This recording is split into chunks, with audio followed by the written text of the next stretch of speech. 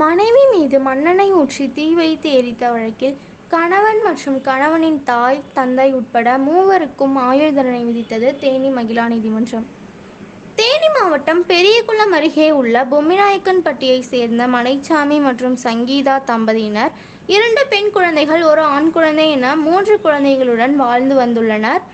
இந்நிலையில் மலைச்சாமி மனைவி சங்கீதா குழந்தைகளை பள்ளி சேர்க்க ஆரம்பித்து விட்டதால் தான் கூலி வேலைக்கு செல்ல போவதாக கணவரிடம் தெரிவித்த போது கணவன் மறுத்துள்ளார்.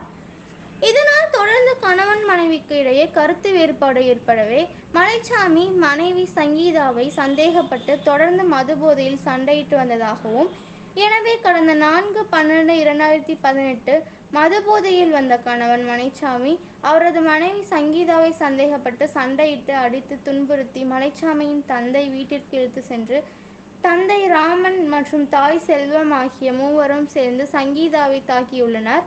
மேலும் கணவன் மலைச்சாமி வீட்டில் இருந்த மண்ணெண்ணெயை எடுத்து வந்து மனைவி சங்கீதா மீது ஊற்றி தீ வைத்ததாகவும், இதற்கு மாமனார் மற்றும் மாமியார் உடந்தையாக இருந்ததாகவும், தீக்காயங்களுடன் சிகிச்சையில் இருந்த சங்கீதா மரண வாக்குமூலம் கொடுத்தார்.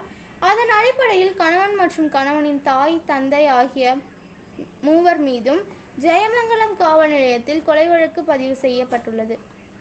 இந்த வழக்கு விசாரணையானது தேனி மாவட்ட ஒருங்கிணைந்த நீதிமன்றத்தில் உள்ள மகிளா நீதிமன்றத்தில் நடைபெற்று வந்துள்ளது. எனவே இந்த வழக்கு விசாரணை முடிவுற்ற நிலையில் உயிரிழந்த சங்கீதாவின் மரண வாக்குமூலம் மற்றும் சாட்சியங்களின் அடிப்படையில் மூவரும் கொலை குற்றவாளிகள் என அறிவிக்கப்பட்டு கணவன் மலைச்சாமிக்கும் அவரது தந்தை ராமன் மற்றும் தாய் செல்வம் ஆகிய மூவருக்கும் தனித்தனியே ஆயுள் தண்டனை, 1000 ரூபாய் அபராதமும், மேலும் அதை கட்ட தவறினால் மேலும் 3 மாத மெய்க்காவல் சிறை தண்டனையும் விதித்து தேனி மகிளா நீதிமன்ற நீதிபதி கோபிநாதன் தீர்ப்பு வழங்கியுள்ளார். மேலும் இந்த தீர்ப்பினை தொடர்ந்து குற்றவாளிகளை சிறையில் அடைக்க காவல்துறையினர் பாதுகாப்புடன் அழைத்து சென்றனர்.